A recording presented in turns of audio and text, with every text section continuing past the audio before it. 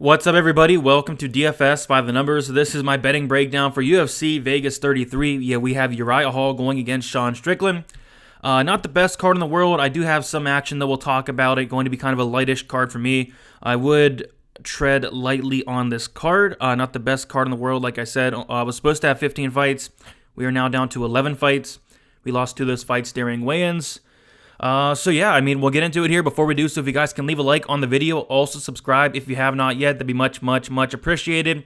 If you have not seen it yet, go check out my full card breakdown and prediction video, also my live stream as well, if you do want a further, more in-depth breakdown on why I like which fighter, or on why I am betting when I'm betting. So, we'll get into it, and we will start with the first fight of the night. We have Philip Bro going against Orion Kosuke, and this is going to be my first bet of the night. I do have 1 unit on Phil Bro. Plus 152, got it earlier in the week. He is now down to plus 135, which still, I don't think that's a bad line at all. I think this line should be much closer. Right off the bat, Phil Rowe is going to have a 9.5-inch reach advantage. He's going to be much bigger. If you have not seen the weigh-ins, go check him out. He was the much bigger fighter. And actually, kind of like the skill set of Philip Rowe. I mean, he is somebody that has solid volume, a very good ground game as well. He's a brown belt in BJJ, training with guys like Gerald Meerschaert, Rodolfo Vera. So Kosuke's going to want to get this fight down to the mat, and Philip Rowe is very comfortable there. I've seen him hit multiple reversals and sweeps, end up on top. Multiple submissions on his record as well, 100% finish rate. And yeah, I like Philip Rowe here as a dog.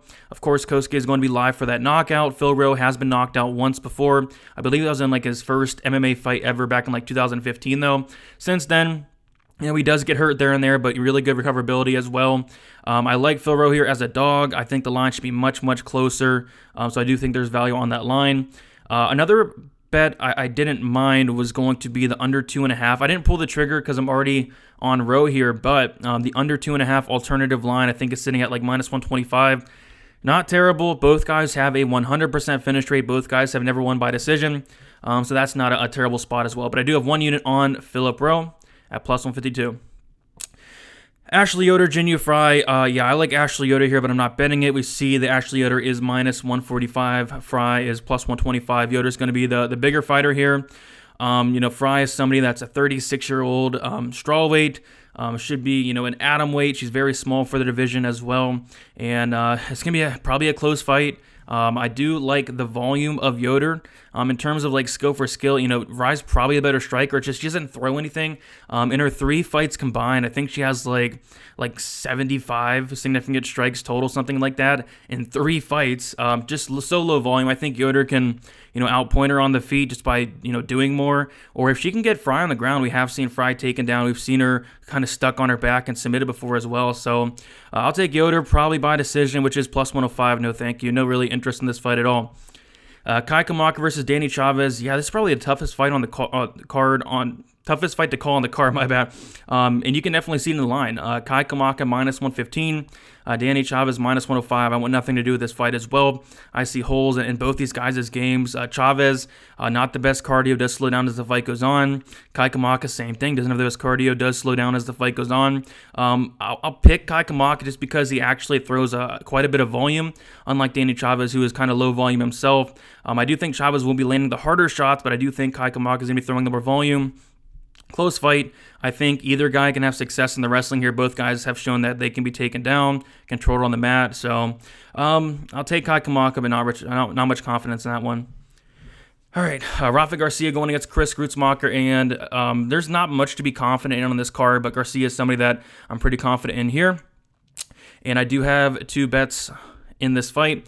The first one was supposed to be a parlay with Amanda Nunes. Amanda Nunes is out of her fight, so it is now a 2-unit straight bet on Garcia at minus 280, which is fine. And then I also have 1 unit on Garcia inside the distance, plus 160. So basically, my night comes down to Rafael Garcia getting it done inside the distance.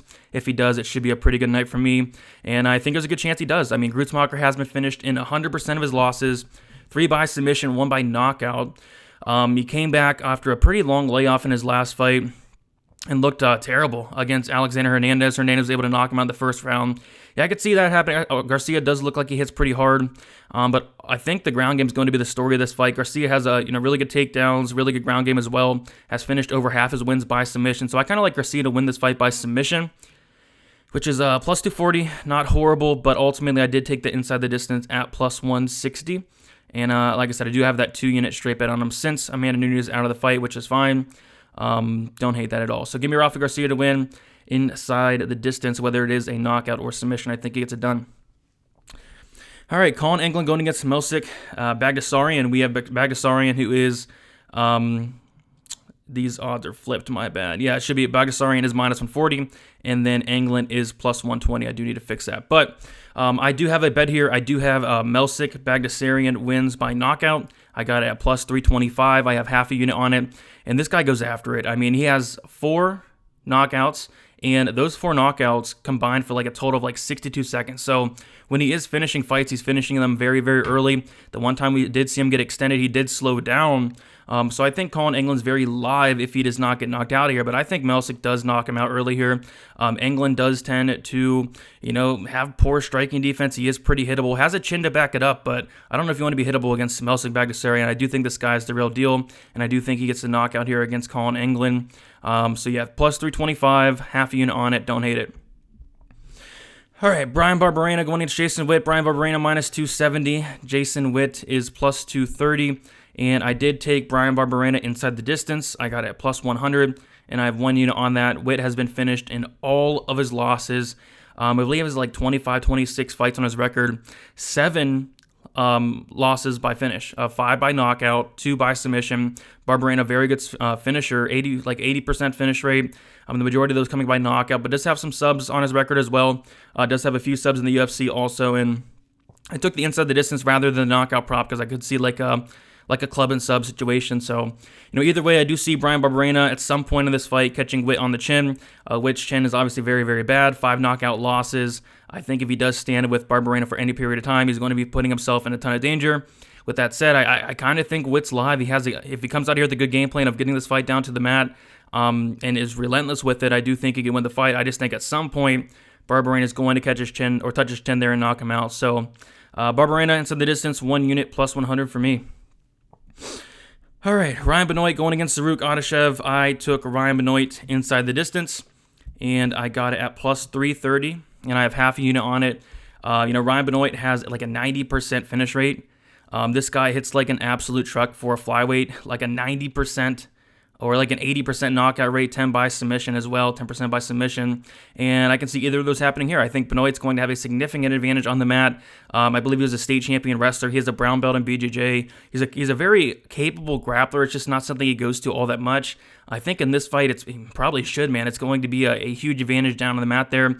Adashev has been finished in 2 of his 3 losses, 1 by submission, 1 by knockout. So I think either could happen. Ryan Benoit hits like a truck, like I said. I think a knockout's live, and if he does get this down to the mat, which I'd like to see, I think a submission is live as well. So I did take half a unit.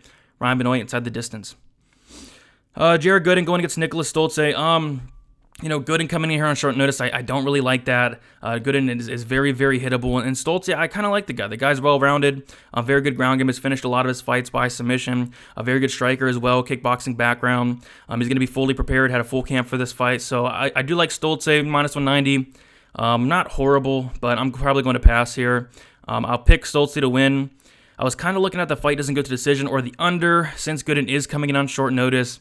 But Stoltz is very, very durable. He's never been finished, and Gooden's durable himself. Only has been finished 1 time, so probably does go the distance. Stoltz by decision plus 125. Don't hate it, but you won't see me betting on this fight here. Cheyne Bay is going against Gloria DePaula. Not betting on this fight whatsoever. No props that I want to look at either. I'm going to take Gloria DePaula as a dog. I think it's going to be a very close fight, but am I going to bet it? No way. Moving on. Kung Ho Kong going against Ronnie Yaya. Kong is minus 115, and Ronnie Yaya is minus 105. So, yeah, I like Kong here. I think he should win, but I do think that this fight's going to go to the mat at some point. And although Kong's a very capable grappler, he's going to be putting himself into a lot of bad spots. He's going to be playing with fire if he does choose to go down to the mat, and I kind of feel like he does. I'll take Kong. I'll take Kong to hopefully stuff the takedowns, hopefully keep it on the feet for 15 minutes. At that point, I do think he outpoints Yaya to a decision, but if it does go down to the mat, it can get very, very sweaty, and I really want nothing to do with it. So again, another pass for me, but I will take Kong as far as the pick goes. And then Uriah Hall going to get Sean Strickland. So I did play the under 4.5 rounds in this fight. I got it at minus 150. I believe other books have it at like minus 140, so a little bit better line there. But yeah, minus 150, I do have 1.5 units on it. I think someone gets finished here either way. Obviously, if Hall wins, it's going to be by knockout. Hall's not going to win a decision here. Hall has a ton of power. He's a finisher, over 80% finish rate. The majority of those coming by knockout. Strickland has been knocked out before. And on the flip side, Sean Strickland is a capable finisher himself. Multiple submissions on his record, multiple knockouts on his record, and he's going to be throwing a ton of volume, and I think Strickland's live for a finish himself. So I like the under here. Covers both sides. Either Hall, knockout win. Strickland, I can see a knockout win as well. Hall has been finished a massive 4 times by knockout. So rather than betting a side, which for me, if I was to, it would be dog or pass with Uriah Hall. But I wouldn't really bet his money line. I'd probably bet that knockout prop at plus 285. I saw it on DraftKings Sportsbook at like plus 350. But instead of doing that, I just took the under to cover both ways there. I think Strickland's the better fighter. I think he's the more well-rounded fighter. I think he's better in every aspect of MMA, outside of the power, really. So as far as a pick, I'll pick Uriah Hall to find the chin of Strickland at some point. He's going to have 25 minutes to do it.